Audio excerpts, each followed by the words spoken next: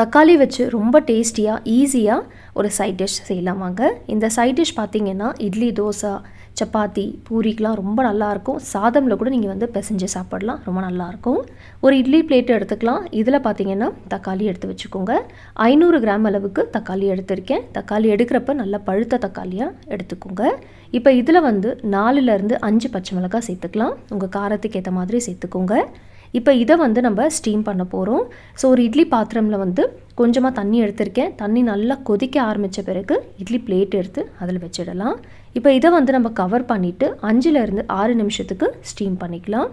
5 to 6 minutes போதுங்க, நல்லா steam ஆகிடும். பாருங்கள், இப்போ ஒரு 6 மினிட்ஸ் ஆகிடுச்சு. தக்காளி பாருங்கள் நல்லா வெந்திருக்கு. ஸோ இது வந்து நல்லா ஆறட்டும். தோல் பாருங்கள் ஈஸியாக எடுக்க வரும். இது நல்லா ஆறின பிறகு மேலே இருக்க தோல் வெளியில் எடுத்துடலாம். பாருங்கள் எவ்வளோ ஈஸியாக எடுக்க வருது. 5 to 6 மினிட்ஸ் நீங்கள் ஸ்டீம் பண்ணால் போதும். பச்சை மிளகாவும் நல்லா வெந்திருக்கு பாருங்கள். ஸோ இதுக்கு மேலே இருக்க தோலெல்லாம் எடுத்துட்டு இதை வந்து நம்ம ஒரு பவுலில் மாற்றிக்கலாம். எவ்வளோ ஈஸியாக தோல் எடுத்துட்டேன் பாருங்கள். இப்போ இதை வந்து ஒரு பவுலில் மாற்றிக்கலாம். ஒரு பவுலில் சேர்த்துட்டு பச்சை மிளகாவும் சேர்த்துக்கோங்க. இதுலேயே தக்காளி, பச்சை மிளகாய் சேர்த்துட்டு இதை வந்து நம்ம லைட்டாக மேஷ் பண்ண போகிறோம். மிக்சிலெலாம் சேர்த்துட்டு அரைக்காதீங்க. இதே போல் ஒரு பொட்டேட்டோ மேஷர் இல்லைனா உங்ககிட்ட மத்து இருந்துச்சுன்னா அதை வச்சு கூட இப்படி மேஷ் பண்ணிக்கோங்க. இப்படி செய்கிறப்ப தான் இந்த சட்னி வந்து டேஸ்டியாக இருக்கும். நீங்கள் சட்னியும் சொல்லலாம், இல்லைனா கடையல் கூட சொல்லலாம். பாருங்கள் லைட்டாக மேஷ் பண்ணியாச்சு. அவ்வளோதான், இது இப்போ இருக்கட்டும். இப்போ இதுக்கு வந்து ஒரு தாளிப்பு ரெடி பண்ணிக்கலாம் வாங்க. ஒரு கடாய் எடுத்துக்கோங்க. ஒரு 2 டீஸ்பூன் அளவுக்கு எண்ணெய் சேர்த்துக்கலாம்.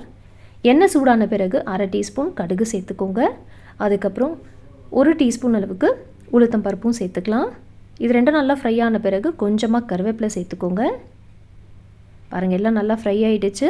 இப்போ இதில் வந்து ஒரு மீடியம் சைஸ் அளவுக்கு வெங்காயமை நல்லா ஃபைனாக சாப் பண்ணிவிட்டு சேர்த்துக்கலாம். இதோட 1/4 டீஸ்பூன் பெருங்காயத்தூள் சேர்த்துக்கோங்க, நல்லா வாசனையாக இருக்கும். இந்த வெங்காயமை பார்த்திங்கன்னா நல்ல கோல்டன் ப்ரௌன் கலர் வரணும். ஸோ அது வரலையும் நல்லா வதக்கிக்கலாம். பாருங்கள் இப்படி கலர் வரணும். இந்த மாதிரி நல்லா வதக்கின பிறகு இதில் வந்து நம்ம மேஷ் பண்ணி வச்சுருந்தோம்ல தக்காளி, பச்சை மிளகாய், அதை சேர்த்துக்கலாம். அந்த பவுல்லையே வந்து ஒரு 1/4 கப் அளவுக்கு தண்ணி சேர்த்துட்டு கடாயில் சேர்த்துக்கோங்க. தேவையான அளவு உப்பு சேர்த்துக்கலாம். உப்பு சேர்த்த பிறகு ஒரு 1/4 டீஸ்பூன் சுகரும் சேர்த்துக்கோங்க. டேஸ்ட் வந்து ரொம்ப நல்லாயிருக்கும். நல்லா மிக்ஸ் பண்ணிக்கலாம். இந்த ஸ்டேஜில் உங்களுக்கு வேணும்னா நீங்கள் வந்து கொஞ்சமாக மிளகாய்த்தூள் கூட சேர்த்துக்கலாம்.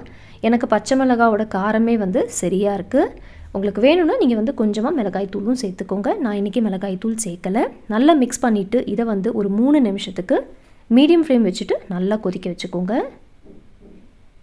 பாருங்கள், இதில் நான் வந்து மஞ்சள் தூள்லாம் எதுவுமே சேர்க்கலை. பாருங்கள், ஒரு 3 நிமிஷம் நல்லா கொதிச்சாச்சு. ஃப்ளேம் ஆஃப் பண்ணிவிடுங்க. அவ்வளோதாங்க, நம்மளோட சட்னி ரெடி ஆகிடுச்சு. சூப்பராக இருக்கும். இப்படி செஞ்சு பாருங்கள், ஈஸியாக செஞ்சிடலாம். இந்த சட்னி பார்த்திங்கன்னா இட்லி, தோசைக்கு ரொம்ப நல்லாயிருக்கும். சப்பாத்தி, பூரிக்கும் நீங்கள் வந்து வச்சு சாப்பிடலாம். சாதமில் கூட பிசைஞ்சு சாப்பிட்டா ரொம்ப நல்லாயிருக்கும். என் வீடியோ பிடிச்சிருந்தால் மறக்காமல் லைக் அண்ட் ஷேர் பண்ணுங்கள். இன்னும் காயூஸ் கிச்சனுக்கு சப்ஸ்கிரைப் பண்ணலன்னா ப்ளீஸ் சப்ஸ்கிரைப் பண்ணிக்கோங்க. தேங்க்ஸ் ஃபார் வாட்சிங்.